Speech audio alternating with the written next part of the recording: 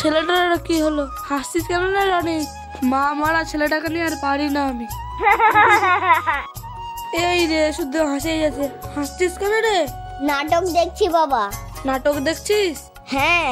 সব সময় নাটক নাটক নাটক, সারাদিন মোবাইল নিয়ে পড়ে থাকছিস। পড়াশোনা সকালে পড়তে বসেছিলি? না। লোকে কি বলবে রে? তোর মা নাই বাড়িতে, বাপটা একা আছে। তুই যদি পড়াশোনা না করিস লোকে কি বলবে বলতো আমাকে? মা নাই বাপটা আছে তো পড়াশোনা করায় না। একটু বুদ্ধি জ্ঞান করে পড়াশোনাটা কর বাপ, একটু পড়াশোনাটা কর। মোবাইল নিয়ে মোবাইল খাটিস না, সব সময় বই দেখছিস। তোর মাথা ভালো থাকবে? তোর তো মাথা খারাপ হয়ে যাবে। বলো না তো বাবা, 50 টাকা দাও, কিছু খেয়ে আসি, চাউমিন টাউমিন খাবো। দেখো ছেলের কথা শোনো, 50 টাকা দাও চাউমিন খাবো। আরে তোকে আমি বললাম সকালবেলায় পড়তে বসেছিস কিনা, তুই তো বললি আমি পড়তে বসিনি। পড়াশোনা করছিস না, সারাদিন ফোন দেখছিস, তোকে আমি 1 টাকা দেবো না। আগে পড়াশোনা কর, তারপরে 50 টাকা কেন 100 টাকা দেবো তোকে। বাবা আমি 1 টাকা দিতে পারবো না পড়াশোনা না করলে। ইরি শালা, বলেও তো বেকায়দায় পড়লাম। বাবা আমি আজকে পড়তে বসিনি, আমি কালকে বসেছিলাম, তার আগের দিন বসেছিলাম, তার আগের দিন বসেছিলাম, তার আগের দিন বসেছিলাম। ও পড়তে বসিস? হ্যাঁ। আমি তোর পারি না রে বাপ, মাঠে ঘাটের কাজ মাঝ দেখি একটু মাঠে যেতে হবে।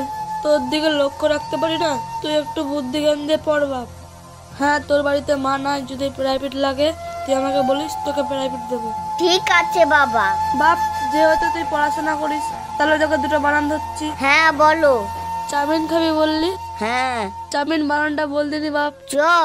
চাকার ময়ময় হসি চাউমিন। কি চাকার ময়ময় হসি?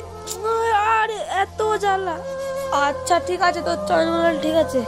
আচ্ছা তোর নাম তো রনিত, তোর নামটা বানান কর দেখি। দোতে নয় নয় হসি। আরে দোতে নয় নয় হসি রনিত। বাবা তুমি কাঁদছো কেন? কাঁদছি না রে বাপ, হাসছি, কাঁদছি না। ও আচ্ছা বাপ তুই বানান ছাড়। আচ্ছা বলতে বাপ, তুই তো বানান ভালোবাসিস। হ্যাঁ। তা বাপ তোকে আমি একটা ছড়া বা কবিতা ধরছি। হ্যাঁ। তোকে 100 টাকা দেবো তুই যদি বলতে পারিস। 50 টাকার লেগে বারবার প্রশ্ন করেই গেছে। কি হলো বল, আমি মাঠে যাব। কেন? তোমার বাপ লিখেছিল? তোর কিছু বলি রে, আমার বাপ লিখেছিল? উরি বাবা রে।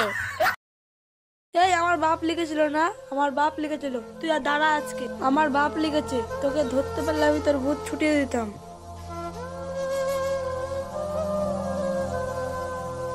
বাবা যেভাবে তারা কষলো, ধরতে বলে আমার পিঠ ফাটিয়ে দিত। না না, এভাবে দাঁড়িয়ে থাকলে হবে না। বাবা যদি চলে আসে আমাকে মেরে থবে না। তা কেনে আমার ভালোবাসার সঙ্গে দেখা করে আসি।